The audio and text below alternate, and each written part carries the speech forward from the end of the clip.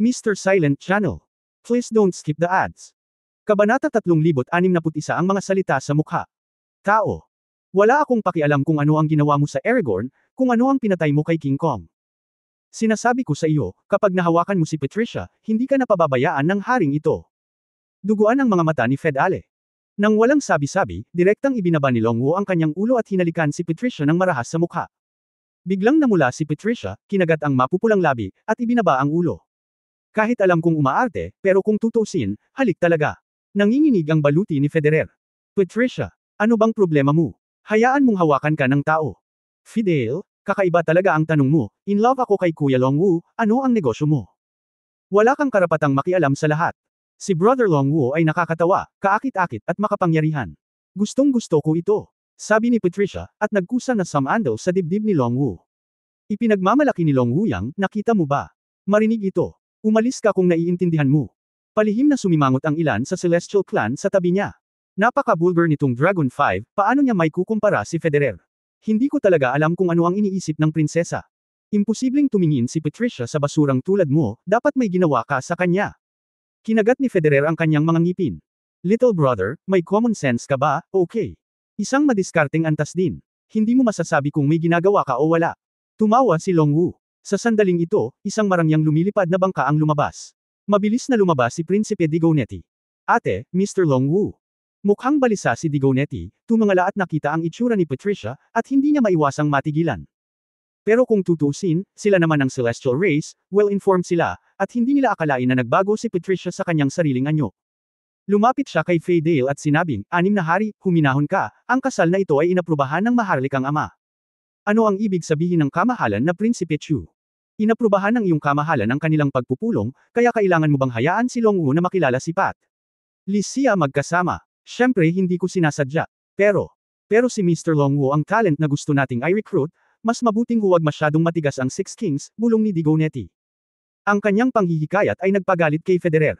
Talento. Siya lang. Faye. Napuno ng matuwid na galit si Daly, kailan natin kailangan ang ganitong bagay para palakasin ang ating bansa? Direktang pasabugan ng iyong malaking gininto ang ulo.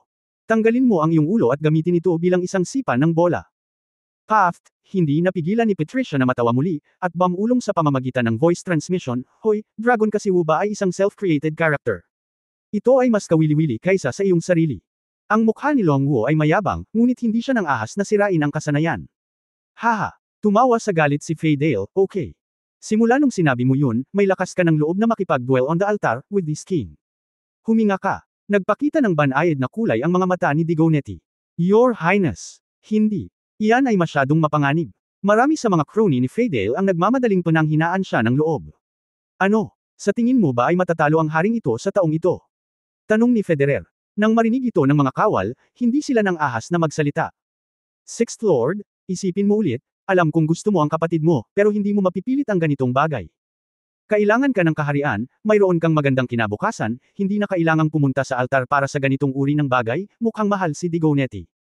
Hindi na kailangang magsalita pa ng kanyang Royal Highness.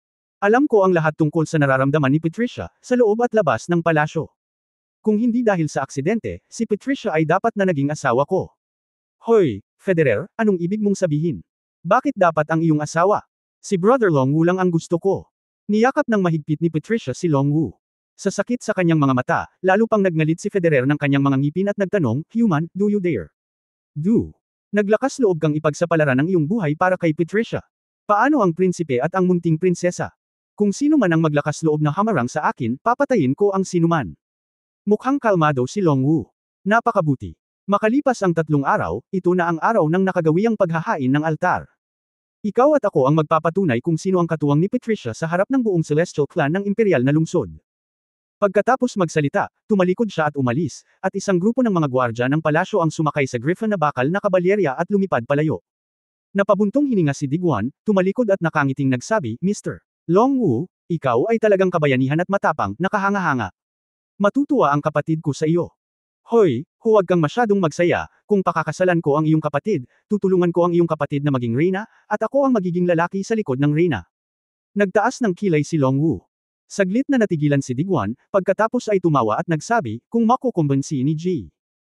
Huwag ang ama at emperador na hayaan ang dugo ng tao na maupo sa trono ng platinum, kung gayon, wala akong masasabi. Ngunit bago iyon, naisip pa rin ni Ji Longwu kung paano haharapin ang bayad na Deller sa tunggalian makalipas ang 3 araw. Ang kanyang kakayahan sa pakikipaglaban sa harapan ay kabilang sa nangungunang 3 sa mga prinsipe, at ang kanyang aktwal na karanasan sa pakikipaglaban ay hindi maihahambing sa karanasan ni King Kong mula sa kaharian ng Aragon. Itinuro ni Longwu ang kanyang mukha, nakita mo ba ang 2 salita sa aking mukha, lolo? Salita. Nasaan ang mga salita? 2 salita, hindi nakikita. Digo neti. Umiling, yuyu reading o. Uoks. Info, hindi ko nakita, anong salita? Itinuro ni Longwu ang isa't isa. Hindi magagapi. Digo neti. Naninigas ang mukha ni Patricia at halos tumawa na naman si Patricia. Kung gayon, kailangan ko talagang batiin si Mr. Longwu ng maaga. Pinigil ni Digonetti ang ngiti at bumaling kay Patricia. Tumanggaw siya, tumalikod siya at umalis. You little brother, you're really not that good. Akala mo lahat ay pinaglalaroan niya ng palakpakan, pero tanga. Umiling si Longwu. Digonet is not stupid. He picked the wrong opponent, bihirang seryosong sabi ni Patricia. Tama, kung hindi mo ako nakilala, baka hindi mo siya matalo, sabi ni Longwu daw. Hindi niya. Kalaban ko ito, at dahil ito sa nanay ni Sally Ye, ang baliw na babae ng Orolis. Nadelay ako ng napakaraming taon, kung hindi ay nahawakan ko ang posisyon ng koro ng prinsipe ni Digonetti. Lumingon si Patricia para tingnan si Longwu. Ikaw kasi, hindi mo kailangan ng sword intent, sigurado ka bang matatalo mo si Fei Dale? Hindi ko alam, tutal, hindi pa ako lumaban, sabi ni Longwu. Kung gayon, hindi ako lumaban, ngunit kailangan kong lumaban. Kailangan mong pagkatiwalaan ang iyong ama sa aking lakas bago ka magsimula sa susunod na hakbang. Actually, Federer is not bad, he just simply likes me. Ngunit hindi niya naintindihan na para magustuhan ito ng isang babae, hindi ito sa patuloy na paghahabol, kundi sa pamamagitan ng pagkahumaling. Wala sa kanya ang umaakit sa akin, I can treat him as a friend, but not as a lover, napabuntong hininga si Patricia. Kung gayon mayroong isang bagay sa akin na umaakit sa iyo. Commandant si Longwu. Hindi, napalingon si Patricia. Ngumisi si Longwu, kailangan kong makuha ito. Magpanggap man lang na meron. Mahal na prinsesa, kailangan nating ipagpatuloy ang pag-ibig, sa loob ng 3 araw, ipaalam sa lahat na tayo ay magkasintahan sa unang tingin, kung hindi. Ang iyong ama ay hindi kukuha ng pain. Kabanata 3,062 Natatakot akong mahirap manalo. Ang balita na ang estratehikong powerhouse ng tao na si Longwu ay makikipag-duel sa altar ng ika-6 na prinsipe na si Fei Dale sa lalong madaling panahon ay kumalat. Ang lahat ng mga lupo ng Celestial Clan ay nagbigay pansin, at maging ang pangalang Longwu ay mabilis na kumalat sa ibang mga lahi at mundo. Masyadong mataas ang kasikatan ni Longwu. Sa kaharian ng Protoss, una niyang ikinalat ang ligaw sa teritoryo ng mga Diyos at Monghe, na pinatay ang 2 magkasunod na Haring Kong. Ngayon, kailangan niyang ipaglaban ang buhay at kamatayan kasama ang paboritong general ni Kailand. Talagang nabigla ang gayong tao sa lahat sa Protoss. Liu Sensei, sabi mo. Itong si Longwu at Fei Dale, sino ang mananalo? Nakatayo si Kylander sa isang damuhan sa likod ng hardin ng palasyo. Sa harap niya ay isang maluwag na patag na lupa na may iba't ibang nasuspine na mga bola na may kulay sa magkabilang gilid. Kumurap-kurap si Kylander at patuloy na sinipa ang mga kulay na bowl ang iyon sa tapat na kalahati.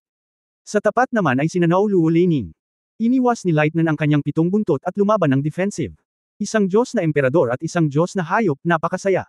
Mahirap sabihin, mula sa nakaraang record, si Longwu ay maaaring manalo sa King Kong at makatakas kay Yixan, kaya dapat ay mas malakas siya kaysa kay Federer. Ngunit, sa pagitan ng estratehikong antas, ang batas ay may malaking impluensya, o depende ito sa partikular na sitwasyon. Natatakot akong alam na ni Longwu ang tungkol sa batas ng Fei Dale. Anak ko ng Crown Prince, pero gusto kong tanggalin si Fei Dale. Kapag patay na si Fei Dale maaari nilang ganap na putulin ang kanilang linya ng mga maharlika, si Yupa. Ang relasyon ni Trisha, natatawang sabi ni Kylander. Dahil alam ng kamahalan, bakit hindi mo ito itigil? Mayroon lang akong anak na babae. Kung mahal ni na Longwu at Patricia ang isa't isa, hindi maiiwasan ang labanang ito. Natahimik si Liu Sensi. Narinig ko na sinabi rin ni Longwu na sinusuportahan niya si Patricia para maging reyna. Oo, retorika, o sa presensya ni Prinsipe Digonetti. Haha. Ang taong ito ay talagang kawili-wili, ngunit gusto niyang ang dugo ng mga tao ay maihalo sa aking Platinum Royal Family, ngunit hindi ito ganoon kadali. Biglang sumipa si Kylander sa magaling na paraan, nag-overlap ng 3 kulay na bola at naglalaro ng halftime. Sa kabilang banda, tumawag si Lightning ng, ouch, hindi nakuha ang isang bola, at direktang natalo. Kidlat. Kumain ka ng kaunti, tumataba ka na naman. Nakangiting saway ni Kylander sa katumalikod at naglakad pabalik sa gilid. Naglabas siya ng jade-encrusted gold box mula sa kanyang storage bracelet. Ipadala ito kay Federer at sabihin sa kanya na kung hindi ka manalo, huwag mong ibigay ito ng walang kabuluhan, kailangan siya ng kaharian. Nang makita ni Liu Sensi ang napakagandang kahon na ito, hindi niya maiwasang magulat. Kamahalan. Kung ibibigay mo ang sagradong artifact na ito kay Fei Dale para gamitin, maaaring hindi manalo si Long Wu. Kung tutusin, siya ay isang santukan-based na mandirigma. Tao siya. Gusto niyang tumayo sa Platinum Royal Family ko, at gusto niyang pakasalan ang hiyas ko. Wala siyang tunay na kakayahan. Paano niya nagagawa ang gusto niya? Kung kaya niyang talunin si Fei Dale sa ganoong kahinaan, iyon ang tama sa atin. Isang kapaki-pakinabang na tao mula sa Protoss. Tumawa si Kailand at naglakad palayo. Sa kabilang panig, si Long Wu at Patricia ay nagpatuloy sa paglalaro sa paligid ng imperial na lungsod. Ang dalawa sa inyo ay umiibig sa akin, at lahat ng uri ng matalik na pakikipag-ugnayan ay nakikita ng lahat ng mga tao ng Protoss. Bagamat hindi lubos na nauunawaan ng mga Celestial kung bakit nagustuhan ng prinsesa ang isang bastos na tao, ang pamagat ng madiskarteng antas ay maaaring pagtakpan ng marami sa mga pagkukulang ni Long Wu. Gabi na, bumalik sina Long Wu at Patricia sa isang tahimik na patio. Malapit nang matapos, walang ibang tao dito. Hinayla ni Patricia ang mga kamay niya. Sa nakalipas na 2 araw, magkahawak kamay at magkayakap ang dalawa. Halos maniwala siyang mag-asawa ang dalawa. Huwag mong kakalimutan, sa tabi ng tatay mo, may isa pang Liu Sensi na magaling sa stealth. Kapag may nahanap siya, mawawala ng kabuluhan ang ginawa natin. Napabuntong hininga si Long Wu at humiga sa komportableng bangko. Imposible para kay Liu Sensi na iwan ang aking ama ng mahabang panahon. Natuklasan mo siya sa huling pagkakataon, at hindi siya kikilos ng padalos-dalos. Iyan ang pinakamahusay na paraan, kung hindi, maaari akong pumatay ng mga tao at patahimikin sila, sabi ni Long Wu. Inilabas ni Patricia ang fruitcake na binili niya sa labas, at habang kumakain, tinanong niya, hindi mo ba kailangan ihanda ito? May duel bukas sa altar. Anong ihahanda mo? Hindi mo akalain na makakalaban talaga ako ni Federer, di ba? Ngumisi si Long Wu. Sa tingin mo ba kung alam mo lang ang mga batas niya, dahan-dahan ka lang. Ang aming Celestial Clan ay may mahabang kasaysayan ng pagpapatakbo sa eroplano ng Taishi. Mula noong unang panahon hanggang sa kasalukuyan, marami tayong nakolektang kayamanan. Maraming mga likas na espiritual na kayamanan at mga sagradong bagay. Bagamat ang labanan ng ang altar ay walang ingat sa buhay at kamatayan, hindi nito nililimitahan ang paraan. Kung maglalabas si Fei Dale ng ilang kayamanan, at hindi mo magagamit ang espada, maaari kang mawalan. Patricia jokingly said, ang prinsesang ito ay naranasan sa maraming laban, mas mabuting makinig ka sa payo. Huli pa para maghanap ng mga kayamanan para sa pagtatanggol sa sarili, para hindi ka magsisi kapag nakuha mo na. Ngumiti si Long Wu, natatakot ka na matalo ako at hindi mo ako mapapangasawa. Anong kalokohan ang sinasabi mo? Namula si Patricia at umirap. Ngumiti si Long Wu at umiling, hindi naman sa ayaw kong maghanda, pero sa pagkakataong ito. Kailangan kong gamitin ang aking ganap na lakas at ang sarili kong lakas para matalo siya ng husto. Kapag gumamit na ako ng anumang espiritual na kayamanan o sagradong bagay, ang magiging epekto ng labanang ito ay isang malaking diskwento. Natigilan si Patricia, at biglang ibinaba ang cake. Bakit hindi ka kumakain? Wala sa mood. Sumimangot si Long Wu, talagang hindi ako magpapatalo. Bagamat hindi ako nakapag-practice ng sistematikong kamakailan, nagkaroon ako ng mas malalim na pag-unawa sa pakikipaglaban kay Mo Xin. Ngayon, mas malayo pa ang narating ko kaysa noong inaway ko si Yixan. Hindi ako nag-aalala sa iyo. Nag-aalala ako sa aking ama, tumingin si Patricia kay Long Wu na may komplikadong mga mata, talagang hahayaan mo siyang mabuhay. Dahil nangako ako sa iyo, natural na tutuperin ko ang pangako ko. Hanggat hindi siya lalayo, hahayaan ko na lang, Long Wu daw. Tumanggo si Patricia, at saka nagpatuloy sa pagkain ng cake. Kinabukasan, ang altar ng Palatine. Isang malawak na gininto ang plataporma, ang ilalim ay pawang gawa sa mga kristal na sumasagisag sa kadalisayan. Ang mga mahalagang kristal na mineral na ito ay maaaring direktang magsagawa, magpahina at magpakalat ng karamihan sa enerhiya, at mahirap sirain. Sa gilid ng altar, may malaking platinum sculpture. Iyon ang unang hari ng Platinum God Clan, na kilala rin bilang anak ng God's Lord, ang anak ng Diyos. Ang Platinum God Clan ang may pinakamataas na talento sa Celestial God Clan, ang katawan daw ay dahil ang bloodline ay galing sa Lord of God. Madaling araw, ang mga viewing seat sa magkabilang gilid ay napuno na ng mga dignitaryo ng Celestial Clan. Marami ang nagmula sa ibang mga mundo ng kusa, hindi gustong makaligtaan ang napakahalagang labanang ito. Ito ay hindi lamang isang labanan ng dalawang madiskarteng antas, ngunit makakaapekto rin ito sa hinaharap na mana ng maharlikang pamilya. Narito ang ika-6 na prinsipe. May sumigaw, at nakita si Fei Dale na nakasakay sa isang griffin, mabilis na bumaba mula sa langit. Nakasuot ng maputlang gininto ang light chain mail, na may espada sa kanyang baywang, at may mahabang buhok na nakatali, si Fei Dale ay kabayanihan. Nang makita ito ng maraming marangal na kababaihan, ang kanilang mga mata ay napuno ng paghanga, at nais nilang lumapit at yakapin sila. Humakbang si Federer patungo sa altar, at nang madaanan niya ang isang upuan na pinakamalapit sa altar, tumayo siya. May dalawa ng lalaki at isang babae sa upuang iyon, nakangiti sa kanya. Kabanata 3063 ang Altar Showdown. Matandang Panginoon, 3 hari, 7 hari, maaga kang dumating. Ang tatlong ito ay eksaktong 3 sa kasalukuyang 7 prinsipe. Ang unang ranggo na matandang prinsipe, si Omor, ay lubos na iginagalang at isang dakilang bayani na sumunod sa nakaraang henerasyon ng mga Diyos at nakipaglaban sa Diablo. Siya rin ang dekano ng Celestial Race Military Academy. Siya ang Diyos ng Celestial Race at iginagalang ng lahat ng mga Diyos. Si Federer ang pinakamagaling na estudyante ni Omor noon. 4 na hari, bagamat sinasabing walang racial prejudice sa estratehikong labanan. Gayunpaman, itong matandang lalaki, nasa tabi mo pa rin ako. Sa labanang ito, ipapakita natin ang estilo ng 7 hari ng ating Celestial Clan. Tinapik ni Omor si Federer sa balikat. Huwag kang mag-alala, Panginoon, tiyak na magwawagi ang laban na ito. Desididong sabi ni Fedale. Hajijek, huwag kang masyadong mayabang, kung ang 4 na hari ay mamatay sa labanan, ako ay lubhang mahihirapan. Ang 3 haring Daido, ang tanging babae sa 7 hari, ay direktor din ng Kingdom Nursing Home, na dalubhasa sa medikal na paggamot. Ang 4 prinsipe ay naghahanda pa rin ng mga medikal na gamot at naghihintay para sa dragon na gamitin ang mga ito. Fedale, kung hindi ka sigurado, sabihin mo sa akin ngayon, tutulungan kita, hehe. Ang 7 haring Spo, na nakasuot ng talukbong at hindi maaninag ang kanyang mukha, ay mapait na ngumiti. No need, with your tricks, hindi ka mananalo. Gusto kong patunayan sa harap ni Patricia. Ngayon na ako lang ang kakampi niya. Altar. Ang orihinal na plain na altar na ito, habang naglalakad ang mga Diyos, ang malaking magic circle ay nagsimulang kumislap ng gintong liwanag. Kahit na ang estatwa ng unang Diyos na emperador sa hindi kalayuan, ang magkabilang mata ay nagsimulang kuminang. Sa isang iglap, ang buong altar ay nagsimulang maging mas solemna at sagrado.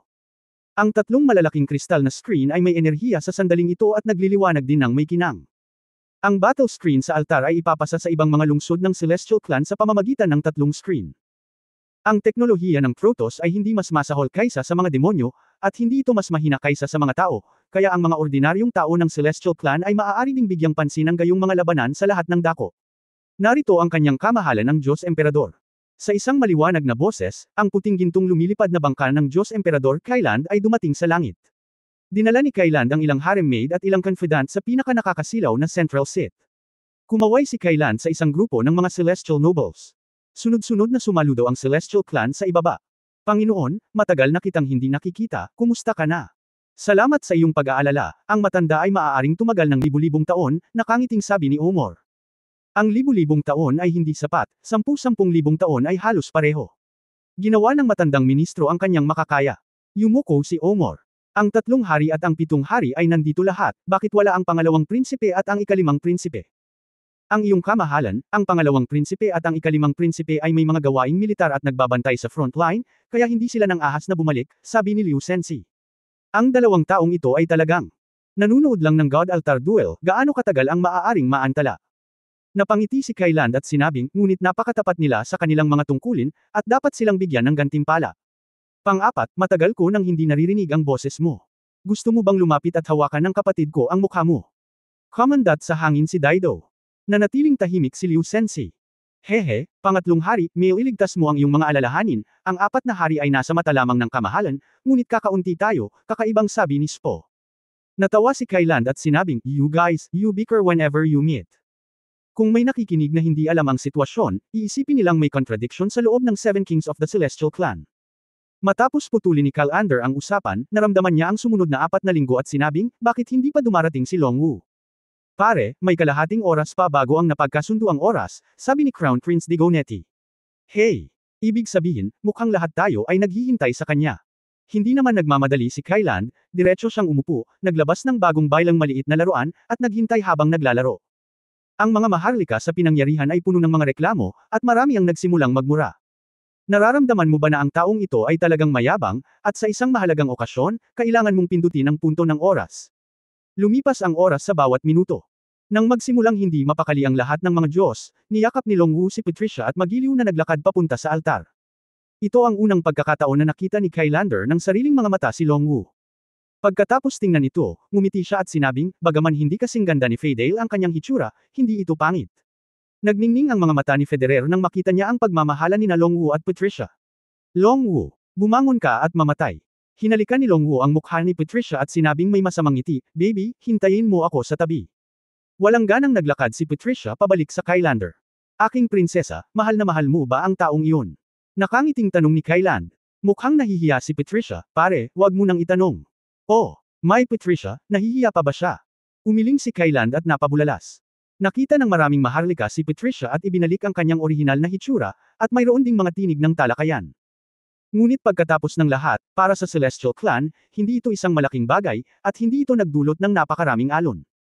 Umakyat si Longwu sa altar sa oras na ito, humihikab habang naglalakad. "Anong away, bakit sabik na sabik kang mamatay?" Namumula ang mukha ni Faye Dale, at mahigpit niyang hinawakan ang kanyang espada. "Sa tunggalian sa altar, hindi mo kailangang patayin ang iyong kalaban, ngunit ngayon, siguradong hindi ako magpapakita ng awa. Huwag magsalita ng walang kaparirikan, bilisan mo."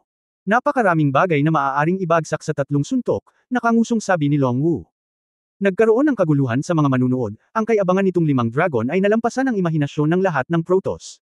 Emph. Talagang hindi maliit ang tono, 3 suntok ang dapat ibaba. Natatakot ako na imposibleng gawin ito nang may 3 korona. Tumikim ang 3 haring si Daido. Kalokohan lang, mostly para i-provoke si Federer. Tapos masyado siyang nag-iisip. Ang 4 na hari ay nakaranas na ng maraming labanan at mga mapanuksong salita, kahit na magalit siya, hindi mawawala ang kanyang kalmado, Omor said with confidence. Oo nga, sa sandaling ito, mabilis na nanlamig ang mga mata ni Federer. Longwu. Alam ng haring ito na karamihan sa inyo ay nagpapanggap na ganito, para galitin ang haring ito at maliitin ang inyong lakas. Napatay mo ang 2 King Kong, bagaman ang haring ito ay hindi natatakot sa iyo, ngunit hindi niya pababayaan ang kanyang pagbabantay. Hindi mahalaga kung ikaw ay bakit ka lumalapit sa prinsesa, pipigilan ka ng haring ito. Inilabas ni Faye Daly ang kanyang saber, at ang isang makapangyarihang cultivation base ay naging likidong platinum, na umaagos sa kanyang katawan. Hindi mahalaga ang ekspresyon ni Longwu, nasira na siya sa ika-4 na antas nang siya ay dumating, at ang kanyang estado ay umunlad sa higit sa sapat na antas. Gayunpaman, sa sandaling ito, nakaramdam siya ng kaunting kakaiba sa kanyang puso. Hindi kung gaano kataas ang cultivation ni Faye Dale, ngunit ang kanyang magaan at manipis na chain armor, bakit ito nagbibigay sa kanya ng hindi komportable na pakiramdam? Platinum Sword, nagniningning na liwanag. Ang primordial power ng white gold ni Faye Dale ay biglang naging isang nakasisilaw na puting liwanag. Kasabay nito, ang bilis at lakas ng katawan ni Federer ay sumabog. Sa isang nakasisilaw na puting liwanag, ang espada ni Fidel ay tumama na sa noo ni Longwu. Kabanata 3064 na Quicksand. Naramdaman ni Longwu na si Faye Dale sa kanyang harapan ay naging isang platinum na ilaw at anino, at hindi niya makita ang kanyang katawan. Ngunit ang ganitong uri ng labanan ay hindi kinikilala ng mata. Ipinikit lamang ni Longwu ang kanyang mga mata, at sa kanyang pangunawa, iniwasan niya ito ng may tumpak na paggalaw. Gamit ang isang backhand na suntok, diretso itong tumama sa dibdib ni Fedale. Sinuntok si Federer at lumipad ng patiwarik. Sigaw ng audience. Karamihan ay hindi nakikita kung ano ang nangyayari. Ang buong aksyon, upang ilagay ito ng mahinahon, ay hindi mahirap sa lahat. Ang grupo ng mga Celestial na naruroon sa eksena ay talagang iilan lamang sa mga madiskarteng antas, kaya karaniwang makikita nila ang mga detalye ng labanan. Si Omor at ilan pang prinsipe ay mukhang nagulat. Makakasira talaga ng Yaomang ang ganyang simpleng trick. Nakikita ko. Ang Six Kings ay dehado sa mga kasanayan sa pakikipaglaban. Ngunit sa sandaling ito, nakita ng lahat na si Faye Dale ay tila hindi nasaktan, ngunit humakbang, sumugod muli sa Longwu. Sumimangot si Longwu, anong nangyayari? Hindi man niya natalo si Federer sa suntok na ito, hindi siya dapat maging mahina. Patuloy na ginamit ni Faye Daly ang kanyang espada, ang espada ay parang isang bituin, at patuloy siyang sumakay patungo sa Longwu. Sa unang tingin, tila hindi mabilang na mga platinum na lumilipad na bituin, na direktang nakapalibot sa Longwu. Sa harap ni Longwu, bagamat hindi nahihiya ang ganitong uri ng swordsmanship, hindi ito masyadong kaakit-akit. Sa kanyang pag-atres at pag-iwas, naramdaman niya ang sitwasyon ng kabilang partido. Ang iyong chainmail ay medyo solid. Mabilis na natuklasan ni Longwu na ang chain armor sa katawan ni Faye Dale ay tila kakaiba. Ang chain armor na ito ngayon lang ang nagparamdam sa kanya na may mali. Quicksand. Quicksand, ito ng royal family. Nagtatakang tumingin si Omor sa emperador. Si Kylander ay mukhang puno ng interes sa sandaling ito, habang ang kanyang mga braso sa harap niya, at sinadya niyang manood ng isang magandang palabas. Maharlik ang ama. Ibinigay mo ang Quicksand kay Federer. Mukhang naiinis si Patricia, malaking gulo ito. Ang Palatine Royal Family ay nagtataglay ng makapangyarihang kayamanan na wala sa mga pangunahing higanti ng Celestial Clan. Kabilang sa mga ito, mayroon ding maraming mga piraso ng likas na espiritual na kayamanan at mga sagradong bagay. Ang sandata ng Kumunoy na ito ay isang sagradong bagay. Ang isang sagradong bagay ay isang napakamahiwagang produkto, na iiba sa mga kasangkapang mahika, kagamitang espiritual, at mga espiritual na kayamanan. Mayroon lamang isang napakaliit na bahagi ng mga sagradong bagay, na gawa ng tao, at karamihan sa mga ito ay likas na nabuo, at walang nakakaalam kung paano sila ipinaglihi. Para bang aksidenteng nagka-interes ang gumawa at nakagawa ng ilang gadgets. Ginagawa nitong napakahina at walang lasa ang ilang mga sagradong bagay, ngunit ang ilang mga sagradong bagay ay napakalakas. Quicksand, matatagpuan sa isang disyerto na mundo. Ito ay parang walang katapusang buhangin, anumang pinsalang tamaan ay maa-absorb ng buhangin. Bagamat walang pagtutol sa mental na pagpatay, ang pisikal na pagpatay ay maaaring halos ganap na mabawi. Ang kumunoy na ito ay isang sagradong artifact na kadalasang ginagamit ng iyong kamahalan para sa pagtatanggol sa sarili kapag siya ay nakatagpo ng isang krisis. Ngayong ang Dragon 5 ay mangungunot na, sabi ni Seventh Kings po sabay tawa. Bagamat sinasabing may tunggalian sa altar, hindi na kailangang umiwas sa paggamit ng anumang kayamanan. Maaari kang gumamit ng kumunoy upang harapin ang mga mandirigma. Talagang pinalaki ito. Humajijek si Daido, kawawang Longwu, kaawa-awang tao, ama, sobra na. Walang imek si Patricia, alam niyang si Kylander ang gagawa ng mga balakid, ngunit hindi niya inaasahan na gagawin niya ito. Baby, don't get me wrong, isa itong sagradong relic na ipinamana ng mga ninuno ko, paano ko ito maibibigay? Para lang ipahiram sa Faydale sandali, inusenteng sabi ni Kyland. May pagkakaiba ba ito? Kalimutan ang tungkol sa iba pang mga bagay, si Longwu ay isang mandirigma, at malapit na siyang makipaglaban, at si Faydale ay nakasuot ng kumunoy, paano siya lalaban? Sister, gusto ka ni Longwu na pakasalan, kaya natural na hindi siya maaaring maging isang ordinaryong martial artist. Kung siya ay naiinip, maaari niyang tapusin ngayon. Pinagmamalaki ka ng ama, at ayaw kong madali mong pakasalan ng mahina, mabuti ang hangarin mo, natatawang sabi ni Digonetti. Malamig ang magandang mukha ni Patricia, at lumingon siya sa altar at sumigaw, iwasan ang kumunoy. Huwag mong atakihin ang chainmail. Ngumiti at umiling ang mga nanunood sa ibaba. Ang dahilan ay naiintindihan ng lahat na para masira ang sobrang depensa ng kumunoy, kailangan mo lang atakihin ang mga bahagi na hindi kayang ipagtanggol ng chain armor. Ngunit ang problema ay si Federer ay isa ring strategic level, ang guard commander ng emperador. Alam niya na kailangan lang niyang ipagtanggol ang ilang bahagi ng kanyang katawan, kaya paano niya madaling ibunyag ang kanyang mga kapintasan. Sa turn, ang pag-atake ni Longwu ay katumbas ng pagiging limitado, at ito ay mas madaling makita. 3 suntok. Walang hiya. Patuloy na inihagis ni Faydale ang kanyang espada, ang kanyang aura ay parang bahaghari. Tumawa si Longwu at sinabi, pinona kong hiniling sa aking lolo na bugbugin ka, ngunit mayroon ka pa ring paraan upang mabuhay. Ngunit kung kailangan mong ilagay sa isang shell ng pagong, pagkatapos ay maaari lamang basagin ni lolo ang iyong ulo. Pwede mong subukan. Bago niya matapos ang kanyang pangungusap. Sinaksak ni Faydale ang isang espada, nagdala ng daan-daang platinum beam, tulad ng isang makapal na bagyo, na hindi maiiwasan. Alam na ni Longwu ang sitwasyon ng kumunoy, at nakalkulan na niya sa kanyang puso. Ang numero sa harap niya by daw sword light, pumikit siya. Kainin mo ang pangalawang suntok ni Lolo. Ang kaunting kabagsikan na ito, sa harap ng kanyang pagkakawatak-watek, ay hindi sapat upang makita. Si Jiu Shang ay pinakawalan at nagkawatak-watek, direktang ginawa ang tila simple at prangka na kamao ni Longwu, na parang 1,000 puntos. Ang daloy ng hangin sa paligid ng buong altar ay lumulubog. Ang platinum sword light ay tuluyang nabasag. Dilat na dilat ang mga mata ni Federer, halatang hindi niya inaasahan na magkakaroon ng ganoong kapangyarihan ang gayong walang ingat na diskarte sa boxing. Ngunit hindi siya nagulat, at ang kapangyarihan ng batas ay naisaaktibo sa sandaling ito. Natigilan si Longwu nang malaman na ang orihinal na kapangyarihan na nasuntok niya ay na-distort bago niya hinawakan si Faydale. Ito ay orihinal na isang normal na kamao, ngunit ito ay naipit sa isang patag na estado tulad ng plasticini. Sa gayong pagbabago sa hugis ng enerhiya, direktang iniwasan ni Federer ang suntok ni Longwu. Nagre-remodel. Nakita ni Longwu ang kapangyarihan ng batas na ito sa kanyang sariling mga mata. Walang ingat na tao. Ngumisi si Faydale, kahit na mayroon kang malupit na puwersa, hindi mo talaga masasaktan ang haring ito. Kinaikit ni Longwu ang kanyang mga mata, kung magagamit niya ang walang kapantay na panuntunan, siya ay isang haltak. 3 segundo. Ngunit ngayon ay hindi mo magagamit ang wushuang, ang ganitong uri ng mga teknikal na panuntunan ay talagang medyo nakakalito. Ikatlong suntok, huwag mo nang pababayaan ang haring ito, tutal umahan ka at nagyabang, at hindi magandang mapahiya, sarkastikong sabi ni Faydale. Ngumisi si Longwu. Sinabi ni Lolo na puputulan niya ang ulo ng iyong aso sa loob ng 3 suntok, at gagawin niya ang sinabi niya. Ilagay mo ang sarili mong kahihiyan. Ang ipoipo ng talam. Biglang tumayo si Longwu, hindi gumagalaw. Baliw ba ang lalaking ito? Labanan itong white gold sword. Hindi niya akalain na nakasuot siya ng kumunoy. Gagawin niya.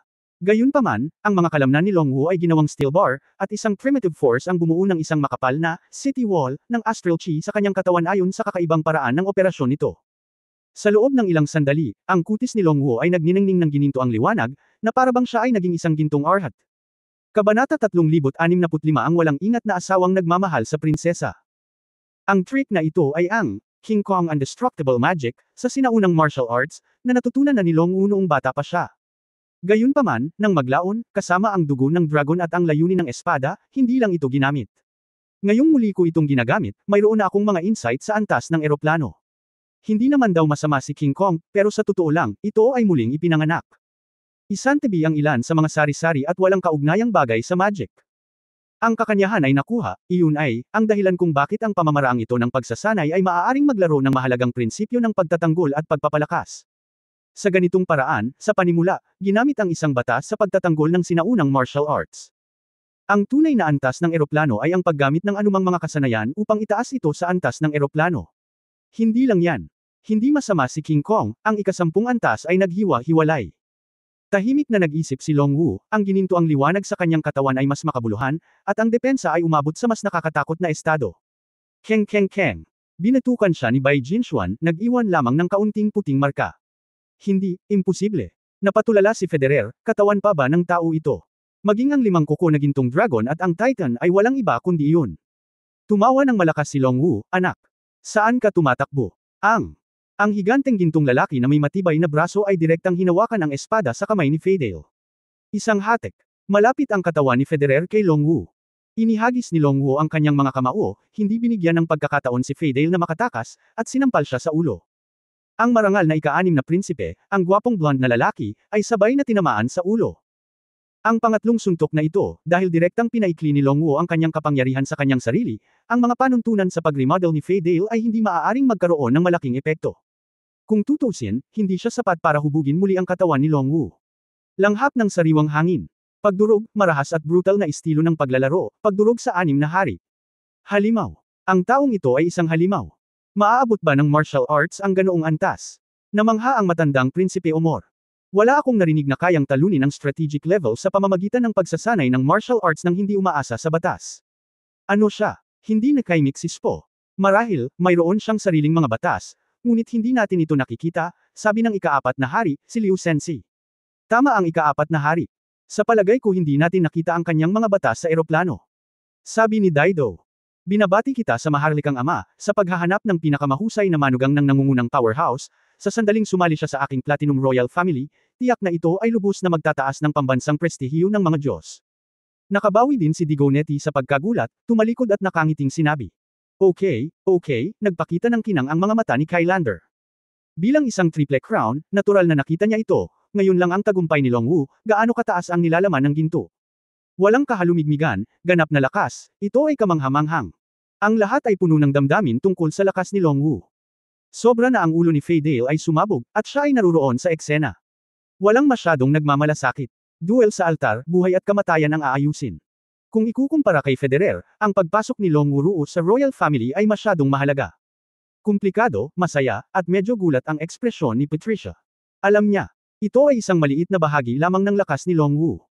Hindi siya nagyabang, hindi naman talaga kalaban si Federer. Natatakot ako na nasa ilalim din niya ang tatlong korona nina Kyland at Tai Kang.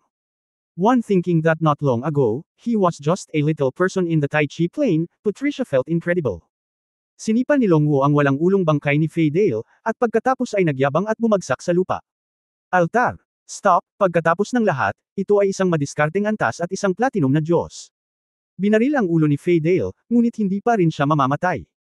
Pagkaraan ng ilang sandali, ang ulo ni Fadale ay naayos na, at ang kanyang mukha ay mapatla. Ikaw, bakit? Huwag mo akong patayin. Medyo balisa ang mga prinsipe sa audience. Bakit nagagalit muli si Fadale kay Longwu? Hindi ba ito humihingi ng kamatayan? Sayang lang at hindi pwedeng makialam ang mga tagalabas sa anumang salita sa tunggalian sa altar. Mukhang naiinis si Longwu, sa iyo, karapat-dapat akong pabayaan si Lao Su na patayin ka ng kusa, mas gusto ni Lao Su na itago ka at hayaan mong makita mo akong magpakasal sa isang prinsesa. Lolo, gusto kong makitang galit sa akin ng iba at kunin ang aking kaawa-awang hitsura na wala akong magagawa. Nanlamig ang buong Celestial Clan. Kung hindi ko alam na hindi ko kayang talunin si Longwu, gusto kong lumaban on the spot. Kasuklam-suklam yan. Grabe ang ugali ng taong ito. Ikaw, namumula sa galit ang mukha ni Federer, halos lumuwa ng dugo. Longwu, hindi ako ang kalaban mo ngayon, pero isang araw, ako, Fei Dale, gusto kitang mamatay ng walang libing. Hindi nakayanan ni Fei Dale ang kahihiyang ito, at kahit ang Griffin ay hindi nag-abalang sumakay, kaya lumipad siya. Tumawa si Longwu, pumunta sa gilid ni Patricia, at niyakap siya. Prinsesa, gaya ng sinabi ko kanina, paanong ang kalaban ng tiyuhin na ito ay isang taong maputi lang? Mr. Longwu, talagang kahanga-hanga ka. Papuri ni Digonetti. Nanalo si Longwu, at napakasaya niya. Sa pagkakataong ito, talagang imposible para sa mga maharlika ng Fei Dale na suportahan si Patricia. Bayaw. Tumitig si Longwu. Namula ang mukha ni Digonetti, at sinabi niya na may matigas na ngiti, oo. Bayaw. Namula ang mukha ni Patricia. Tulad ng mga totoong larawan. Alam ni Umor at ng iba pang mga prinsipe na ang karamihan sa Longwu ay magiging miyembro ng maharlikang pamilya, kaya lahat sila ay pumunta rito upang makilala siya. Mr. Longwu, itong Haring Umor, ay Pharaoh na. Inip na itinulak ni Longwu si Umor palayo. Sa oras na ito, si Longwu ay nasa estado pa rin ng pagkawatak-watik ng quadruple layer, at bigla niya itong itinulak, napakalakas na halos makabasag ng aso si Umor para kumain ng tae. Gusto kong kumain ng dessert kasama ang prinsesa, at wala akong oras para makipag-usap sa iyo ng mabahong isda at bulok na hipon. Naghintay ng kaunti sina Umor at Spo, naging berde ang mukha. Hindi pa ako nakakita ng ganitong hindi makatwirang lalaki. Walang nakikitang tao. Brother Long, sila rin ay mga prinsipe, at sila ay lubos na iginagalang. Maging magalang sa kanila. Gusto man tumawa ni Patricia, nanunukso pa rin siya. Talaga, dahil sinabi ng prinsesa, kung gayon. Bibigyan sila ng tiyuhin ng mukha, at hindi imposibleng makilala sila. Nagkibit balikat si Longwu. Hindi na kailangan. Walang ngiti na sinabi ni Omorpe, kamahalan, ang iyong manugang ay talagang isang malaking pangalan. Medyo walang magawa ang mukha ni Kylander, matandang Panginoon, nasaktan ko siya, at babayaran ko siya. Hindi, nasaktan kita. Ngunit nakita ng ilang matatalinong taong naruroon na talagang napakasaya ni Kylander. Ang pinakakinatatakutan ng emperador ay ang estratehikong antas ng kanyang mga nasasakupan, na naghahawakan sa isa't isa, at ang malalakas ay magiging mapagbantay. Si Longwu at ang mga prinsipeng ito, bago pa nila nakilala ang isa't isa, ay nabuo si Liangzi, at huli na ang lahat para maging masaya ang emperador. Ipinapakita nito na si Longwu ay walang ideya na bumuo ng isang gang, at ito ay isang, walang ingat na tao na may gusto sa mga prinsesa. Tulad ng isang asawa, ang emperador ay magiging mas kalmado. Kung ganoon, ano? Matandang, sasamahan ko muna ang prinsesa, bilasan mo at ayusin ang kasal, hindi ko mapigilan. Bumantong hininga si Patricia, Longwu. Hinaan mo ang boses mo. Hey, niyakap ni Longwu ang babae at lumakad palayo sa altar na walang imik na mga mata. Kung ano pa ang gustong sabihin ni Kylander, mukhang hindi interesadong pansinin siya ni Longwu kaya napatulala si Kyland. Kabanata 3066 na ikaw ay nasa lahat ng dako. Sa orihinal, medyo sikat lang, si Longwu, na nagpatambo sa ika-6 na haring si Fei Dale sa pamamagitan ng 3 suntok, ay biglang sumikat sa kaharian ng mga Diyos, na nanginginig kay Tai Shi. Ang dahilan kung bakit ang lahat ng nasa strategic level ay lubos na iginagalang ay dahil kahit hindi sila manalo, walang matatalo. Kapag ang isang tao ay madaling matamba ang isa sa pamamagitan ng 3 suntok, ito ay patas pa rin, o kahit na nasa isang estado ng pagiging dehado. Kung gayon ang taong ito ay hindi na puro strategic level. Walang sino man ang magtatanong sa lakas ni Fei Dale, kung hindi ay hindi siya papayagan ng emperador na bantayan ang imperial na lungsod. Masasabi lamang na ang taong ito na gumagawa ng mga Diyos at monghe ay walang intensyon ay talagang napakalakas. Si Longwu ay ikinumpara pa sa Sword God na nasa limelight. Mayroong 2 super strategic na antas sa isang hilera, at ang sangkatauhan ay bumang. Maraming tao ang hindi maiwasang mapabuntong hininga. Ayan. Ay mga alingaw sa quartet na, maliban kay Kyland, ang mga hari mula sa lahat ng antas ng pamumuhay ay medyo nalulumbay. Dahil si Kylander ay magre-recruit ng hindi kapani-paniwalang malakas na manugang. Ang mga ito, si Longwu mismo, ay hindi masyadong nagmamalasakit. Upang maging tumpak, ito ang epekto na gusto ni Longwu. Mahigpit ang oras at mabigat ang gawain. Kung gusto mong sumikat at patunayan ang iyong sarili, kailangan mong uminom ng mabisang gamot. Sa isang amusement park na nakabalot at ginamit para sa dates. Sina Longwu at Patricia ay nagmamaneho ng kayak. Ang kayak ay tumakbo pababa sa tubig, kumikislap at tumatalon sa hanay ng teleportation, na nagtatampo sa isa't isa paminsan-minsan.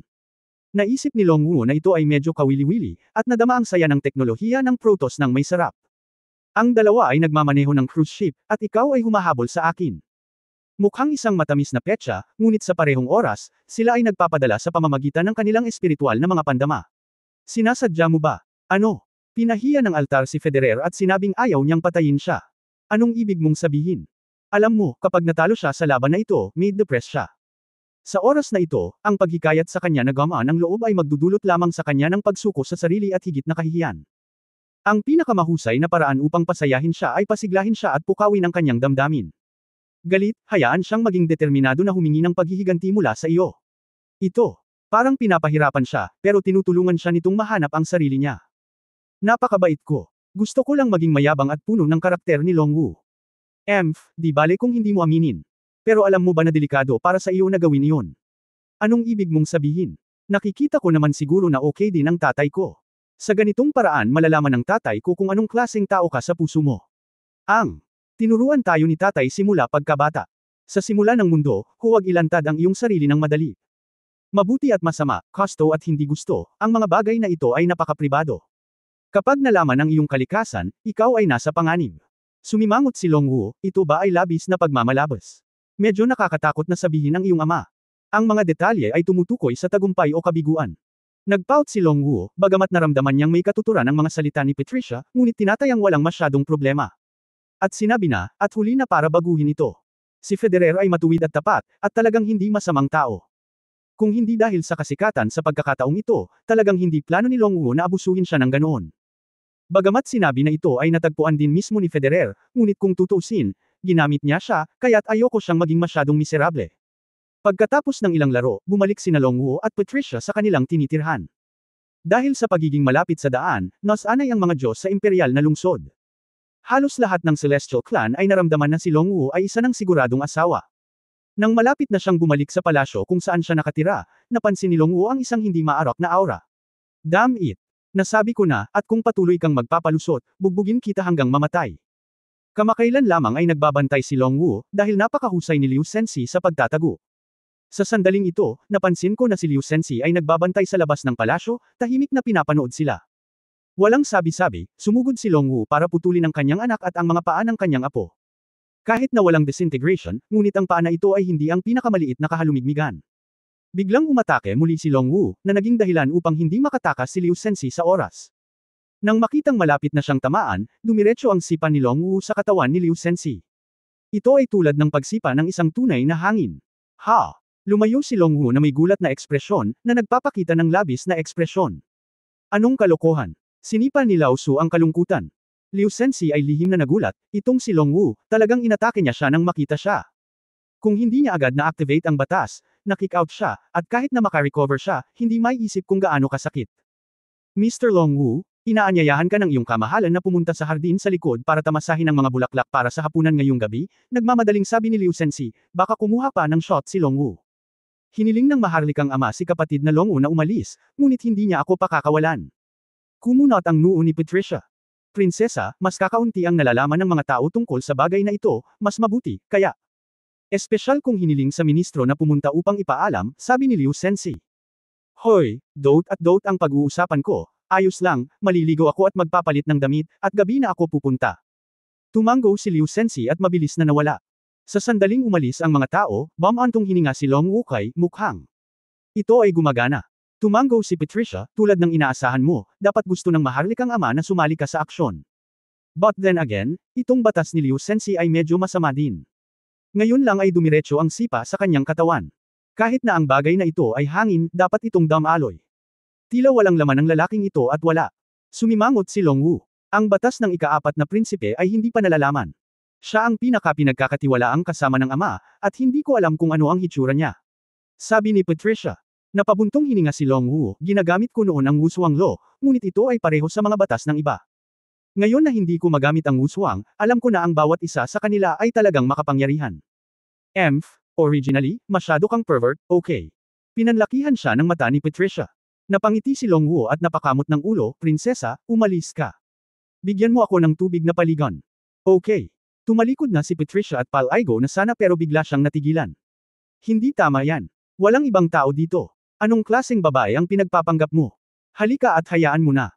Namula si Patricia, at hindi niya namamalayan na sanay na siyang maging isang masunerang batang babae sa tabi ni Longwoo. Nagkibit balikat si Longwoo at hindi nagsalita, naligo na lang. Darating ang gabi. Sa pagsunod sa isang landas na sadyang nilisan ni Kailan, dumating si Longwoo sa likod na hardin ng palasyo. Sa isang tahimik at payapang lakeside pavilion. Nakaupo si Kylander sa bench na bato, hinahangaan ang liwanag ng bituin. Kung hindi dahil sa sensitive sense ni Long Wu at sa pagkaalam niya na si Liu Sensi ay nasa pavilion din, akalain niyang nag-iisa lang talaga siya ngayon. Halika dito. Humigop ng alak si Kylan, tumalikod at nakangiting sinabi, ano ang itatawag ko sa iyo? Long Wu. O manugang. Ngumisi si Long Wu at umupo nang hindi gumagamit ng tinidor. Direkta niyang dinampot ang isang espiritual na prutas gamit ang kanyang kamay at isinilid ito sa kanyang bibig. Ayos lang. Hiniling ng prinsesa na tawagin akong kamahalan, ngunit gusto kong tawaging Lao-in-law, mapagmahal. Pagkatapos, nagsasalita, lumingon si Long Wu at tumingin sa posisyon ni Liu Sensi. Ikaw na walang hiyang voyeur, bakit nasaan ka? Kabanata 3,067 asawa at manugang na lalaki. Bagamat hindi nakikita ni Liu Sensi ang kanyang ekspresyon, sinabi niya sa hindi nasisiyahang tono, ang iyong kamahalan ang may huling say sa kung nasaan ako, at wala itong kinalaman sa iyo. Tsaka hindi naman ako voyeur, never akong sumilip, at gusto ko siyang subaybayan, at ito ay patayo. Maganda ang relasyon sa akin ng 4 na hari. Kung gusto ng manugang ko na sumama sa royal family ko, kailangan kong masanay ng dahan-dahan. Para sa akin, parang kamag-anak si Liu Sensi, nakangiting sabi ni Kylan. Dahil sinabi ng matanda, hindi ko muna siya matatalo. Nagbuhos si Long Wuga ng isang baso ng alak. Parang casual na nagtanong si Kylander, ang kakayahang magtago ni Liu Sensi ay likas, at pagkatapos maabot ang antas, bihira itong matuklasan. Gayunpaman, tila hindi niya mate at tago ang iyong pananaw sa iyong manugang. Anong uri ng kakaibang trick ang hindi gumagana? Haha, matanda, nagbibiro ka ba? Itong pang-4, mabaho ang kilikili. Hindi mo ba naaamoy? Nagsisi si Kylander na binanggit ito. Ang tanong, hindi maisip sa aking panaginip, ang sagot. Tahimik na ibinaba ni Liu Sensi ang kanyang ulo at inamoy ito. Agad na itinuro ni Long Wu si Liu Sensi. Hoy! Lihim ka bang sumisinghot sa kilikili mo? Ang tanga mo. Nagsinungaling ako sa'yo. Hindi nakaimik si Kylan, at halos mabulunan si Liu Sensi. Kinuha ni Long Wu ang isang baso ng alak at ininom ito. Hindi biro, bata pa ako nag-practice na ako ng martial arts, at malakas ang katawan ko at mataas ang katalinuhan. Magiging mas madaling maunawaan ang lahat ng bagay sa paligid ko, at natural na maiintindihan ko ito. Kylan tried his best to keep a natural smile, I see. Hindi ko alam kung saan tinuturuan ang manugang ko. Wala akong masyadong alam sa mundo ng mga tao, pero parang karamihan sa malalakas ay galing sa mga angkan. Ay hindi kabilang sa anumang pamilya. Ang aking Panginoon. Hindi masasabi, binalaan ako ng aking matanda bago siya lumabas, na huwag ibunyag ang kanyang pagkakakilanlan, natatakot siya sa gulo, ikanaway ni Long Wu ang kanyang kamay. Napakurap-kurap si Kylander, I can teach you such a master. Mukhang hidden dragon at nakayukong tigre talaga ang eroplanong Taishi. Ayan na. Tumyugo ulit ng alak si Long Wu at nagtanong, Lao Zhang, natalo ko na ang pang-6, at wala na ang karibal sa pag-ibig. Dapat ba nating ayusin na ikasal ako sa prinsesa? Hehe, mahal na mahal mo si Patricia. Siyempre love at first sight ako at si prinsesa. At saka, kung gusto mong pakasalan ang prinsesa ng Celestial Clan, ang pagbabalik sa nayon ay magkakaroon ng mukha. Bumalik sa nayon. Nakatira ka ba sa isang nayon? Ngumiti ng pilit si Kylander. Oo, nag-aalaga ng baboy ang pamilya ko. Bata pa lang ako ay naghahabol na ako ng mga baboy sa buong bundok. Nakita ng matanda na magaling akong manghuli ng baboy, kaya tinanggap niya ako bilang alagad. Napangiti si Long Wu ng may pagmamalaki. Pinunasan ni Kylander ang malamig na pawis sa noo, ngunit hindi alam ang isasagot. Narinig ko. Sinabi mo rin sa publiko na gusto mong tulungan si Patricia at maging ang magiging reyna. Walang pag-aalinlangan na tumanggaw si Long Wu, kailangan. Higit na mas makapangyarihan ang prinsesa kaysa sa walang kwentang korona mong anak. Sa tulong ko, siguradong magiging reyna siya sa hinaharap. Kung sino ang kumontra, kung sino man ang aking dudurugin. Matanda, kailan ka magre-retiro? Hindi mo kayang gawin ang isang Diyos Emperador habang buhay, hindi ba? Hindi napigilan ni Kylander ang matawa at tumawa, first time kong makakita ng tulad mo na hindi nagtatago ng mga ambisyon mo. Kailangang pagtakpan ng mga taong walang tiwala. Tinalo ng tiyuhin ko ang mundo gamit ang isang pares ng kamao. Sinong maglalakas loob na tumanggi? Ano ang pagtakpan mo? Mayabang na sabi ni Long Wu. Okay. Kailangan ng ganitong uri ng walang tigil na aura para makatama ng ganoong suntok tulad ng nasa altar ngayon. Tapos pumayag yung matanda. Hey, napabuntong hininga si Kylan, kung ang Palatine Royal Family ay makakaupo at makapagpahinga, natural na gusto kong magretiro, pumunta sa mga bundok at maglaro, at maging komportable. Pero ngayon, ang katayuan ng Royal Family ang nakataya. I really don't care, kahit mag-organize ako ng kasal para sa iyo, I can't abdicate. Ano ang panganib? Ano ang mali sa maharlikang pamilya? Napakamot ng ulo si Long Wu. Sinabi ni Kylander, alam mo ba na ang God Emperor Taikang ay malapit ng sasalakayin ng 7th Kingdom? Alam mo, hindi ba sinabi mo na gusto mong labanan ng Diyos ng espada? May mga alingaw sa lahat ng dako, si Long Wugon mismo ay kumakain ng mga gulay. Sword Emperor Tai Kang, ngayon ay nasa Celestial Clan, ang kanyang prestihiyo ay napakataas. Siya ay may layuning sibat sa antas ng emperador at hindi magagapi sa laban ng santukan. Itinuturing siya ng maraming tao bilang pinuno ng 3 korona. Hindi ba? Matandang lalaki, hindi ka level ng emperador. Mood, tama. Walang ganoong bagay bilang matandang magnanakaw. Hindi mo dapat matalo si Tai Kang. Tumawa si Long Wu. Napangiti si Kailan at nagtanong kung gayon. May kumpiyansa ka bang talunin si Tai Kang? Hoy! Hinaway-kaway ni Long Wu ang kanyang kamay, hindi, bata pa ako. Bukod dito, siya ay may layuning sibat sa antas ng emperador, at ang laban ng santukan ay hari, at kaya niya akong madaig. Magiging magulo iyon, napabuntong hininga si Kailan, nakatanggap ako ng tumpak na balita na ibabagsak ni Tai Kang ang aking Palatine Royal Family. Ano? Sa wakas ay tumigil sa pagkain si Long Wu. Mahigpit na sinabi ni Kailan, ang ika-7 kaharian ay hindi kalaban ni Tai Kang. Kapag nagtagumpay siya sa pagsakop sa ika-7 kaharian, maaabot ng prestihiyo ang rurok nito. Sa oras na iyon, kung gusto niyang alisin ang trono ng Diyos Emperador, tiyak na kukunin niya ako ang Palatine Royal Family ay nasa pinaka-nakakahiyang sitwasyon. Kaming Platinum Protoss ay matagal nang namuno sa Celestial Protoss, ngunit tiyak na ganito ang gustong ibagsak ng maraming puwersa. Mahuhulog silang lahat kay Tai Kang dahil ang tanging paraan para mapatalsik ay ang pabagsakin muna tayo. Kaming Platinum Protoss, iba pang Celestial Protoss ay magkakaroon ng pagkakataon na maging God Emperor. Kaya, kailangang makipaglaban tayo sa kampo ng Spear Emperor. Sa oras na ito, sa tingin mo ba may isip pa akong tulungan kayong magpakasal ni Patricia? Nag-isip sandali si Long Wu at sinabing, wala bang Diyos ng sword? Ang layunin ng espada sa antas ng emperador ay dapat na mas malakas kaysa sa layunin ng sibat, tama ba? Ang Diyos ng espada ay mayroon na ngayong hukbo ni Satanas na haharapin. Sa palagay mo kaya niyang harapin ang pag-atake ni na Satanas at Tai Kang ng mag-isa. Higit pa, si Tai Kang ay naging sikat sa loob ng 10,000 taon, at ang Sword God ay isang baguhan pa lamang. Matanda, ito ba ay? Ang pagpapakasal sa isang prinsesa, napakadelikado. Tumanggo na tanong ni Long Wu. Kung gusto mong sumuko, huli pa rin. Sabi ni Kailan, I asked you to come today because I want you to make a choice. Anong pagpipilian? Ang pag-alis kay Patricia, ang kapalaran ng Platinum Protoss ay walang kinalaman sa iyo. Manatili, sumulong at umatras kasama si Patricia, pagkatapos ay tulungan mo akong patayin ang Taksil. Seryoso ang itsura ni Kailan. Nahirapan si Long Wu saglit. Mga lalaki, gawin mo ang sinasabi mo. Dahil sinabi ko na gusto kong pakasalan ng prinsesa, natural na kailangan kong gawin ang sinasabi ko. Biyenan, sabihin mo sa akin, paano mo papatayin si Tai Kang? Kailander. Natigilan sandali, pagkatapos ay tumawa, tapos, gusto mo pa bang marinig ang plano bago gumawa ng desisyon? Hindi ako makakasali dito. Isang planong mamatay ng walang kabuluhan. Ang lalaki ay maaaring yumuko at mag-inat, Long Wu ay nagbago ng isa pang hanay ng mga linya. Bahagyang ngumiti si Kailan, at biglang naglabas ng isang gintong kahon mula sa space bag. Ito, tingnan mo. Nagningning ang mga mata ni Long Wu, hehe, sabi ng prinsesa ng Royal Baby Duo, papadalhan ba ako ng biyenan ko ng maaga? Binuksan niya ang kahon at natigilan siya nang makita ang nasa loob. Ang kabanata 3068 ay naging berde. Ang material ng ginintoang kahon na ito ay napakalakas, at hindi mo ari ni Long Wu kung ano ang nasa loob. Ipaliwanag na ang bagay na ito ay upang ganap na ihiwalay ang loob at labas. Anong uri ng bagay ang kailangang ingatan ng maingat? Ngayon naiintindihan ko na. Ito ba ay isang 5 kuko na gintong dragon? Nagkaroon ng isang malabong gininto ang kinang sa bola na kasing laki ng bulitas. Natutulog ang isang 5 kuko na gintong dragon na kasing laki ng kuko. Bagaman ang bola na ito, ang enerhiya sa loob ay nakabalot din hanggat maaari. Pero malabo ko pa ring nararamdaman ang sumisikat na enerhiyang nakapaloob dito. To be exact, ito ang dragon element ng 5-clawed golden dragon. Sinabi ni Kailander, ang aming Platinum Protoss ay may mahabang kasaysayan at naranasan na ang pinakamaagang panahon. Ito pa rin ang panahon ng Wilder Development, noong sinaunang panahon ng Taishi Plain. Noong panahong iyon, hindi tulad ngayon, ang mga banal na hayop na may pambihirang talento ay halos matatagpuan lamang sa Titan dahil sa kanilang kakapusan. Nagmumulto ang domain ng Diyos.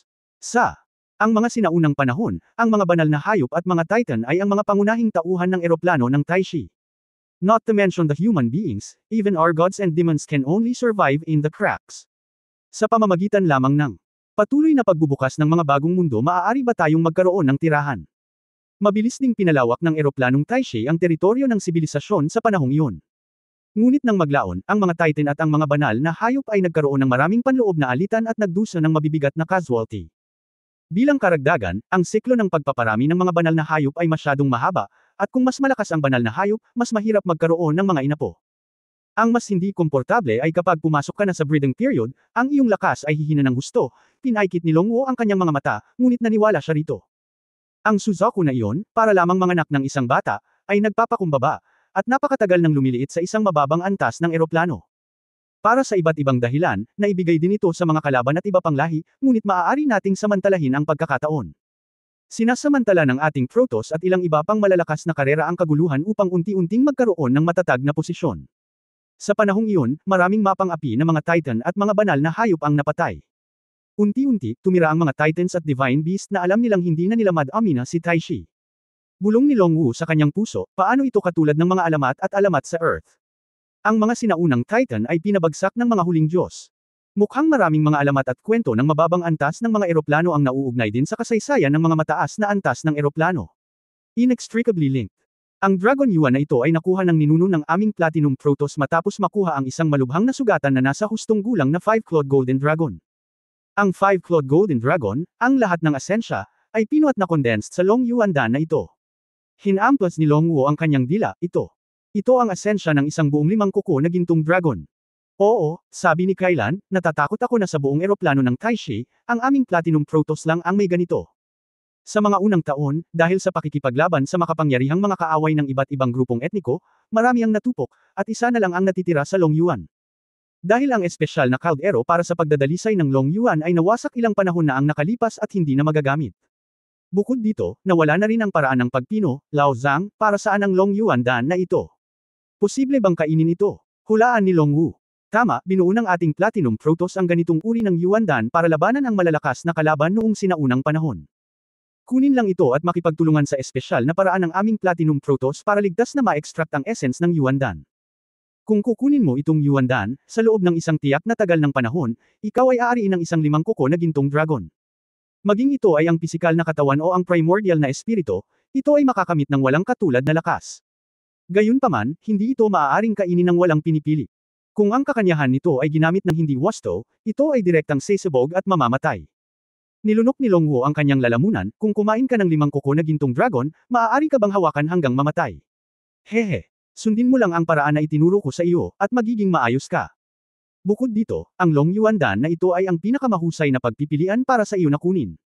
Dahil isa kang martial artist, mas bagay ito sa mga katangian ng 5-clawed Golden Dragon. Kapag kinuha mo ito gamit ang Long Yuan na ito, hindi ka matutulungan ni Tai Kang. Nag-aalinlangan na nagtanong si Longwo, kaya mo ba talagang patayin si Tai Kang? Ang iyong mga salita ay labis, paano magiging ganap ang anumang bagay? Nanlamig ang mukha ni Kailan, at sinabing, Tu Kang can't die, we have to die. Unless you give up Patricia. Si Longwo ay nasabit saglit, at sa wakas ay nagngangalit ang kanyang mga ngipin. Ayos lang. Bago ako lumabas ng village, sinabi ko na gusto kong gumawa ng malaking trabaho. Hindi ko maamin sa ngayon. Haha, huwag kang mag-alala, kung hindi ako sigurado, hindi ako mamamatay ng walang kabuluhan. Mahiwagang ngumiti si Kailan, gaano man kalakas si Tai Kang, hindi nito kayang panindigan ang pagdurog ng ating strategic level. Marami bang katulong sa kampo natin? Natuwa si Longwu, alin ang naroon? Pagdating ng panahon, natural na alam mo. Hindi gaanong ibinunyag ni Kylander, sinabi lamang ang tinatayang oras at isinagawa ang aksyon. Pagkatapos ay hayaan din ang Longwu na hindi kumain ng Long Yuan ng maaga upang maiwasan ang mga aksidente. Bumalik sa tirahan mula sa palasyo. Nag-aalalang tanong ni Patricia kung ano ang nangyayari. Bumantong hininga si Longwu, ang iyong ama ay napakapuyat. Tila ginagamit mo lamang ang Longwu bilang isang sibat. Dahil hindi sinabi ng mga partikular na tao na sumali sa plano, ang oras at lugar. Inilabas ni Longwu ang Long Yuan na nagtanong, alam mo ba ang bagay na ito? Long Yuan Dan. Napabulala si Patricia, inilabas ito ni tatay. Ang bagay na ito, kung kukunin mo, ay maaaring magkaroon ng epekto ng pagkakaroon ng 5 kuko na gintong dragon. Mataimtim na tumanggaw si Patricia, oo, ito ang sikreto ng ating Platinum Protoss, akala ko naubos na ang lahat. Ako. Hindi ko inaasahan na mayroon pa palang ganoong piraso, ito ang pinakamakapangyarihang 5 kukoy na gintong dragon na Yuan. Ang bagay na ito ay ginagamit ayon sa pamamaraan, ito ba ay talagang walang palya? Tanong ni Longwu, ito, hindi ako sigurado. Kung tutusin, hindi ko naman na ang trono. Maraming sikreto na hindi ko pa alam. Sinabi ni Patricia, ang Dragon Yuan na ito ay napakabihirang. Ito ay hindi maisip na pinuhin ang buong buhay na dragon. Sa makatuwid, napakakaunting kasaysayan na maaaring sanggunian. Kahit nakainin ni Longwu ang Dragon Yuan na ito. Si Dan, nagawang labanan si Tai Kang. Hindi ito sapat para harapin kami ni Tai Kang, dalawang emperador. Tinanggihan ni Yixan ang aksyon na ito, kailangang tumawag ng katulong ang iyong ama, hindi ko alam. Siya sino ang hinahanap mo? Habang nakikipag-usap si Long Wu kay Patricia, biglang dumating ang balita mula kay Kyusho. Brother Ye Fan. Yuner, anong problema? Oo, pasensya na, si Du Yuner ay malapit nang umiyak. Ah, natigilan si Ye Fan, at hindi naiwasang magtanong, ako ay berde. Ano? Saan mo gustong pumunta? Ngumiti si Ye Fan at sinabing, kung gayon, kahit anong gawin mo, hindi mo na kailangang sumunod I say sorry. Talaga? Nahihiyang tanong ni Du Yuner. Siyempre, natalo ang maliit na Suzuko. Ano? Hindi mo ba sinasabi na ipaubaya ko sa iyo ang bahala? Hindi mo magagawa ang isang bagay na napakaliit. Hindi napigilan ni Ye Fan ngunit biglang tumayo at sumigaw ng malakas. Hindi ka galit. Humihikbi ang boses ng babae. Ako, namula si Ye Fan, si Xiaojin ang sinisisi ko, hindi ko sinabing, nag-aalalang sabi ni Du Yuner, ayoko rin, kakaiba ito, hindi natin alam kung ano ang gagawin ngayon. Kabanata 369, ang Phantom ng Sword God Palace. Kakaiba. Anong ibig mong sabihin? Nagtataka si Ye Fan. Si Sister Qingzhou ang lumapit sa akin at gustong yakapin si Little Suzuko, ngunit sa sandaling lumingon ako. Nawala siya. Qingzhou, paano siya? Nagtataka si Ye Fan. Sabi niya, hindi yun ang kaso, sabi ni Du Yuner. Natigilan si Ye Fan, kaya nasabi na lang niya, babalik ako at makikipag-usap ng harapan. Ipinaliwanag ko kay Patricia at sinabi kong tatawagan ko siya kung may sitwasyon. Agad na lumipat si Ye Fan at bumalik sa Zhongzhou. Sa loob ng palasyo, nasa sala na ang mga babae, maraming nag-uusap. Ibinaba ni Xiaojin ang kanyang ulo at mukhang kinakabahan. Ano ang sitwasyon? Tanong ni Ye Fan. Tumingin sa kanya ang mga babae, at pagkatapos ay kay Su Qingzhou, Du Yuner, at Xiao Ziner. Sabi ni Yuner, humingi ako sa kanya ng kaunting Suzuko, pero ngayon lang ako kumakain kasama si Tuan Tuan, at wala talaga ako sa palasyo. Hinawakan ni Su Qingzhou si Tuan Chuan sa kanyang mga bisig, habang ang matabang babae ay kumadyot sa isang piraso ng candy. Hindi binibigyan ni nanay ng karne at karne si Tuan Tuan, ngunit si Tuan Tuan ay kumakain ng maraming gulay. Nadama ni Tuan Tuan ang pagkakamali. Napangiti si Ye Fan nang walang magawa, pakiramdam na walang magawa. Yuner, inamin mo bang nagkamali ka? Paano ito nangyari? Sumimangot si Du Yuner, at nakita rin ito ng kapatid ko. Tumanggaw si Xiao Ziner, naglalaro ako kay Xiao Yu, at nang lingunin ko, si Su Qingzhou. Pagkatapos ay inalis ni Qingzhou ang Little Suzuko sa iyong tabi sa isang iglap. Wala na. Ilang babae ang nagtinginan sa isa't isa na nalilito. Manhid ang anit ni Ye Fan, at natural siyang naniniwala na ang mga babae ay hindi magsisinungaling. Gayunpaman, nawala ang maliit na Suzuko, na isang malaking problema. Kung may mananakit sa maliit na Suzuko, hindi nagpanik si Ye Fan, pinatay lang niya ang kalaban. Ngunit kung nawala siya, mamamatay siya. Master, hindi ko talaga ako masisisi dyan, sa tingin ko ito ang may bahay, at wala akong nararamdamang pagkakaiba. Depensa ni Xiaojin sa sarili. Ako, walang sinabi sa'yo, bakit ang kulit mo? Umiling si Ye Fan. Jiang. Nagpunta upang ayusin ang pagbabantay sa loob at labas ng Sword God Palace, dapat na ito ay malapit na. Sa lalong madaling panahon. Natapos magsalita si Su Qingzhou, nagmamadaling pumasok si Jiang He. Lord Sword God. Nandito ka rin. Jiang. Sumaludo, at pagkatapos ay itinaas ang isang spar tablet para makita ng lahat. Ito ay na-verify pa lang, sinusubaybayan lang. Nakakagulat na lumabas si Miss Su at ang kanyang anak na babae at bumalik. Kahit kailan, walang problema. Pero, sa mga oras na nasa labas sila, meron talagang isang Miss Su na nagpakita rito. Tumingin ang lahat ng mabuti at nakita na si Su Qingzhou ay pumasok sa sala. Dahil pribadong lugar ito, kailangan din ang pagsubaybay. Hindi. Si Miss Su, na kinuha ang Little Suzuko sa gitna, ang gumawa. Hindi ko alam kung saan siya nanggaling. Ang alam ko lang bigla siyang sumulpot, tapos biglang nawala ulit. Jiang. Mukhang medyo natakot, pagkatapos ng lahat, ang bagay na ito ay masama. Nasa Sword God Palace ka, hindi mo talaga maramdaman, anong problema? Sumimangot si Su Qingzhou. Hindi, akala lang namin ikaw iyon, sabi ni Xiao Ziner. Hindi ako, sigurado ako, sabi ni Su Qingzhou. Ang lahat ng mga batang babae ay nakadama ng madilim at kakaiba. Asawa, ano bang problema mo? Biglang napagtanto ni Su Qingzhou na si Ye Fan ay nakatitig kay Su Qingzhou sa screen na parang nagyelo. Matapos itulak ng babae, biglang nagising si Ye Fan. Asawa, tandaan, sinabi ko sa iyo. Bago ako bumalik sa China, nakilala ko ang isang babaeng katulad mo, napaka-misteryoso at makapangyarihan. Si Ye Fan ay nabalisa at medyo hindi maintindihan. Ate Fairy. Nagulat si Su Qingzhou, sinabi mo na ang nasa video na ito ay ang nakilala mo. Tumanggo si Ye Fan, kahit na video lang ito, sa palagay ko ay hindi ito mali. Dapat ay siya. Ang babaeng ito ay may misteryosong ugali, na dahilan upang matukoy ni Yefan ang kanyang sariling paghuhusga. Nakakamangha rin ang pakiramdam ng mga babae. Sa Distant Earth era, isang misteryosong babaeng nakilala ko ang biglang sumulpat sa sandaling ito. Shinzo, sigurado ka bang wala kang kambal na kapatid na babae? Naghinala si Xiao Ziner. Ate, huwag ka nang magbiro. Nag-uusap tayo ng mga seryosong bagay. Galit na sabi ni Duyuner. Ang mga batang babae ay ngumiti ng pilit, pagkatapos ng lahat, ito ay masyadong katulad. Kung ang fairy elder sister ang sinabi mo, bakit niya ginawa ito? Ano ang layunin ng pagkuha ng Little Suzuko? Tanong ni Su Qingzo. Sumimangot si Yefan at nagtanong, Jiang. May iba pa bang video? May isa. Jiang. Biglang may naalala at naglabas ng isa pang video. Sa pag-aaral ni Su Qingzo, ang fairy elder sister ay gumawa ng ilang hagod sa isang piraso ng papel. Agad siyang lumabas ng pinto at nawala. Pumunta ka sa pag-aaral. Dumating ang lahat sa opisina ni Su Qingzo. Sure enough, may nakita akong papel na naiwan sa table. Ang nasa itaas ay isang larawan, napakasimple, ngunit makikita na ito ay isang mapa ng bituin. Ito ay Titan God Realm. Nagmamadaling sinabi ni Xiao Jin, alam ko ito. Agad na hinanap ni Yefan ang lokasyon ng star map ng Titan God Realm sa Taishi Plain, at pagkatapos ng paghahambing, sumimangot at isang napaka-internal na lokasyon pa rin.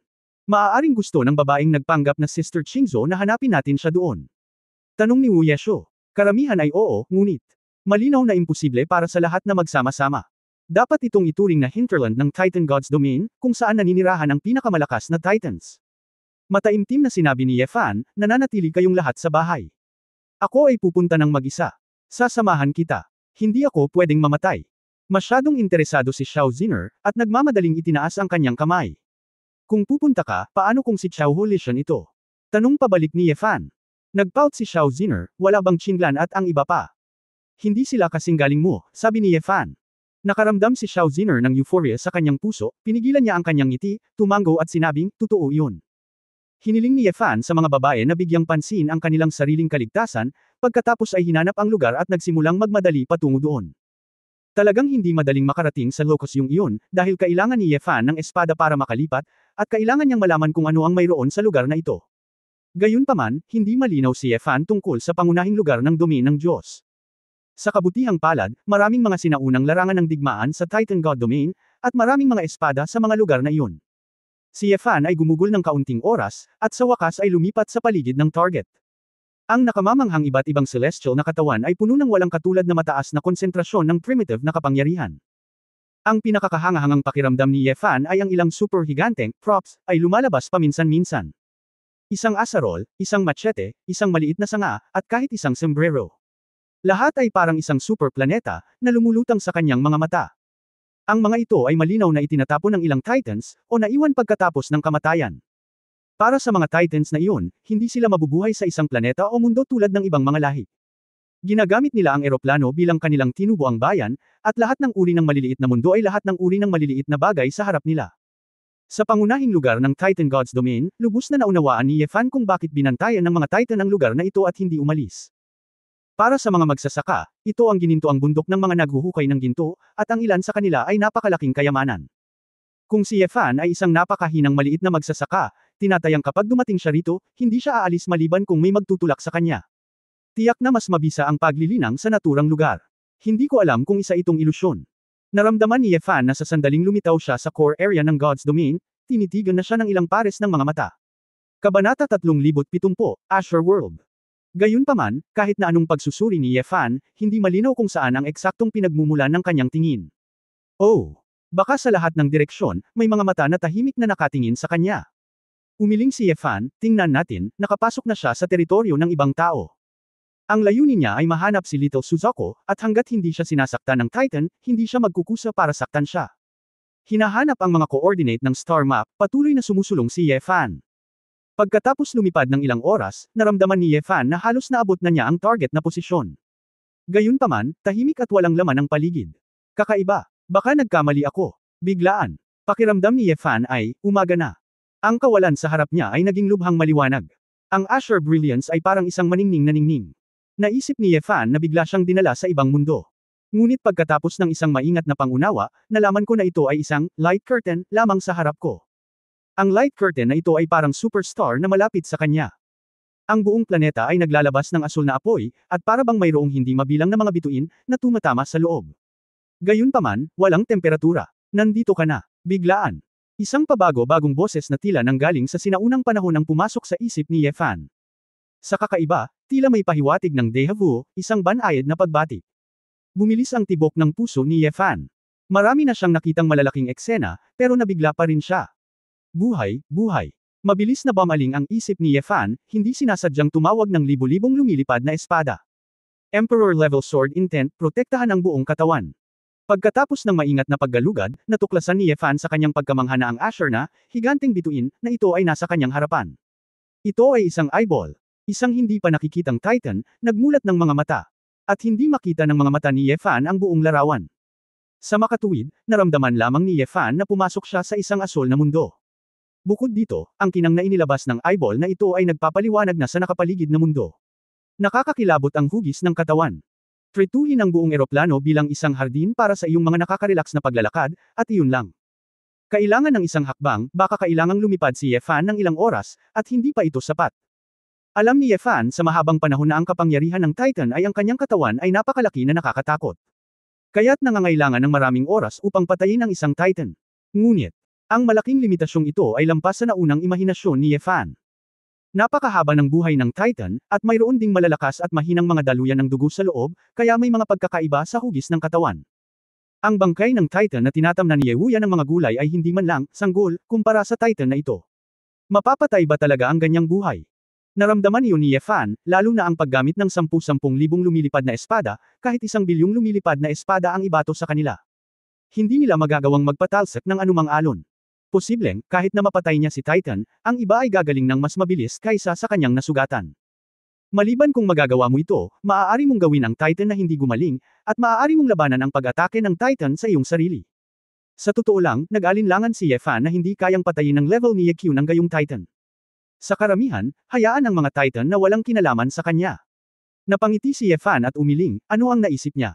Ang ganitong uri ng kamanghamanghang buhay, pahalagahan, lamang, kahit na may paraan upang patayin sila, hindi dapat.